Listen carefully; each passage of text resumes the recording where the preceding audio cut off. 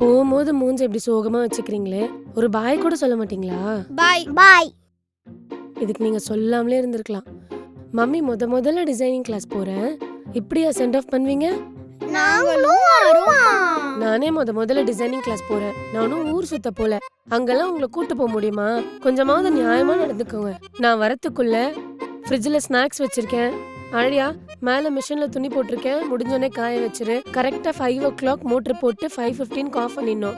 போர் அடிச்சா டிவி போட்டு டிவி பாரு, போனை ரொம்ப நேரம் விளையாடாத, சரியா? மேலே சிஸ்டம்ல கேம்ஸ் விளையாடு, கொஞ்ச நேரம் படி, நான் வந்துருவேன், ஓகேவா? அம்மா, நீங்க டிசைனிங் கிளாஸ்க்கு பதிலா குக்கிங் கிளாஸ் போக கூடாது? ஏன்? 4 பேருக்கு நல்லா சமைச்சு போட்டா போற இடம் சொர்க்கமா, பாட்டி சொன்னாங்க. உனக்கும் உங்க பாட்டிக்கும் ஒரு வேலையே இல்லையா? நான் வாழ்க்கையில முன்னேறவே கூடாதா? இதுக்காகவே நான் டிசைனிங் கிளாஸ் போறேன், பெரிய பொட்டிக் வைக்கிறேன், பெரிய ஆளாவறேன், வரேன்.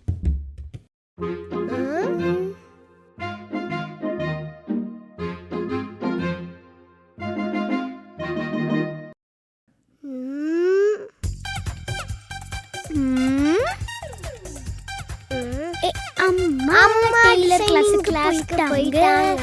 அம்மா போயிட்டாங்க.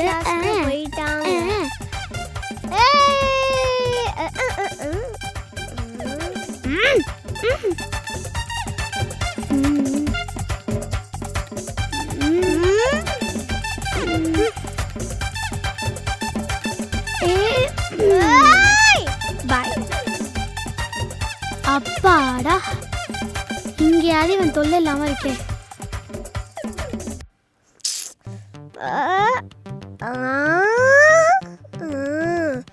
பாத்ரூம் லைட் ஆஃப் பண்ணி விளையாட வேண்டாம். 1 2 3 4 5 6 டமா. அகில், இப்போ நான் வெளில வந்தேனா உன்னை எப்படி தெரியாது? ஒழுங்கா லைட் ஆன் பண்றா. டிமா டமா. அகில், உன்னால ஒரு 5 நிமிஷம் சும்மா இருக்க முடியாதா? Light on பண்ணிடா.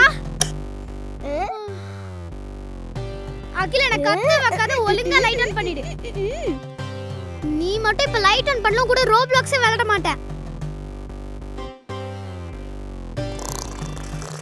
ஏய் அகில், சொல்லுங்கக்கா.